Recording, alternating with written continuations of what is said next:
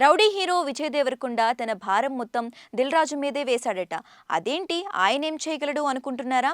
అయితే వివరాల్లోకి వెళ్ళిపోదాం. యూత్లో అర్జున్ రెడ్డితో ఓవర్ నైట్ స్టార్గా ఎదిగిన విజయ్ దేవరకొండ ఆ తర్వాత వచ్చిన గీతా గోవిందంతో ఫ్యామిలీ ఆడియన్స్కు దగ్గరయ్యాడు. వరుస బ్లాక్ బస్టర్తో తనకంటూ ఒక స్థానాన్ని సంపాదించుకున్న విజయ్కి ఆ తర్వాత విడుదలైన సినిమాలు పూర్తిగా నిరాశను మిగిల్చాయి. ఎన్నో అంచనాలతో భరత్ కమ్మ దర్శకత్వంలో రూపొందిన డియర్ కామ్రేడ్ టాక్ పరంగా డీసెంట్ అనిపించుకున్నప్పటికీ కలెక్షన్ల పరంగా డిజాస్టర్ అయింది.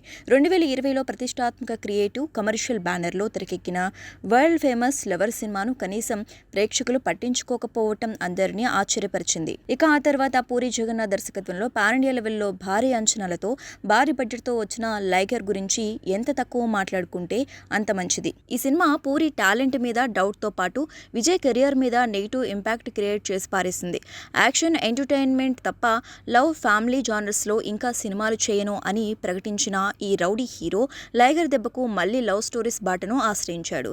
విజయ్ సమాంతతో శివ నిర్వాణ రూపొందించిన రొమాంటిక్ ఎంటర్టైనర్ ఖుషి కూడా తీవ్ర నిరాశను మిగిల్చింది. ఇక దిక్కుతోచని పరిస్థితుల్లో తనకు బ్లాక్ బస్టర్ ని ఇచ్చిన పరశురామ్ డైరెక్షన్ లో ది ఫ్యామిలీ స్టార్ సినిమాను ప్లాన్ చేసుకున్నప్పటికీ డీసెంట్ కలెక్షన్లను రప్పించే బాధ్యతను చిత్ర నిర్మాత దిల్ రాజు తీసుకున్నాడు.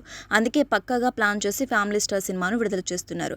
ఎలాంటి పోటీ లేని సమయాన్ని చూసి ఈ సినిమా భారీ కలెక్షన్లను సంపాదించేలా అన్ని ప్రయత్నాలు చేస్తున్నారు.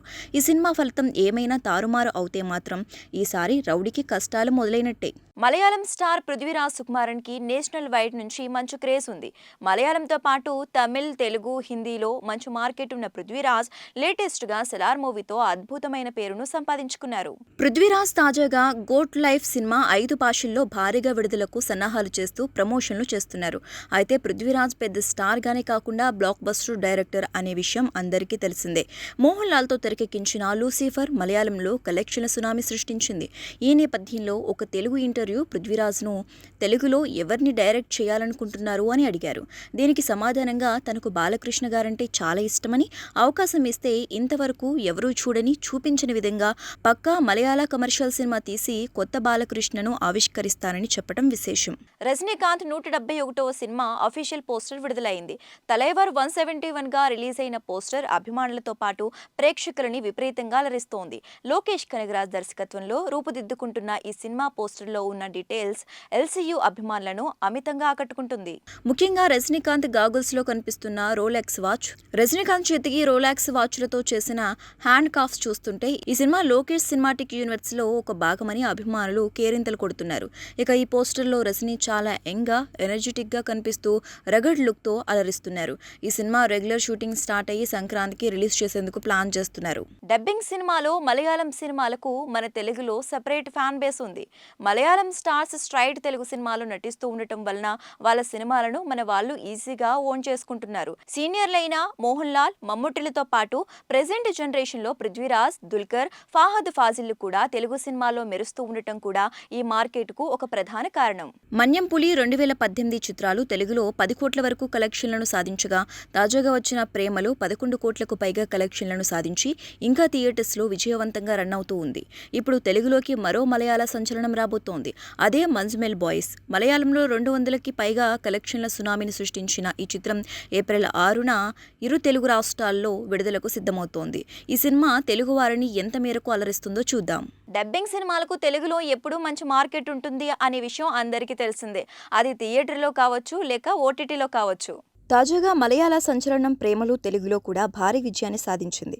ఇప్పుడు ఈ యూత్ఫుల్ ఎంటర్టైనర్ ఓటీటీలో కూడా సందడి చేసేందుకు సిద్ధమైంది.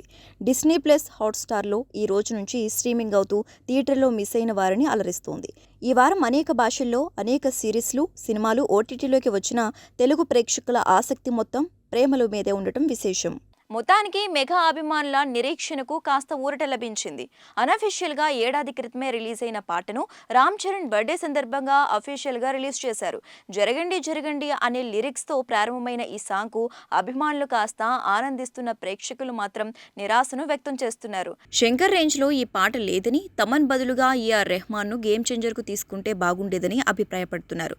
ప్రభుదేవా కొరియోగ్రాఫ్ చేసిన ఈ సాంగ్ 15 కోట్లకు పైగా బడ్జెట్ తో తెరకెక్కిందనేది సినీ వర్గాల్లో వినిపిస్తుంది. వినిపిస్తున్న టాక్. కానీ విజువల్ గా గానీ డాన్స్ పరంగా గానీ ఏ మాత్రం ఆకట్టుకోకపోవటం గమనార్హం. అసలే రామ్ చరణ్ సినిమా అప్డేట్స్ లేక అల్లాడిపోతున్న మెగా ఫ్యాన్స్ ని డిసప్పాయింట్ చేసిన జరగండి సాంగ్ యూట్యూబ్ లో తక్కువ వ్యూస్ రావడంతో తీవ్ర నిరాశలో ఉన్నట్టు తెలుస్తోంది.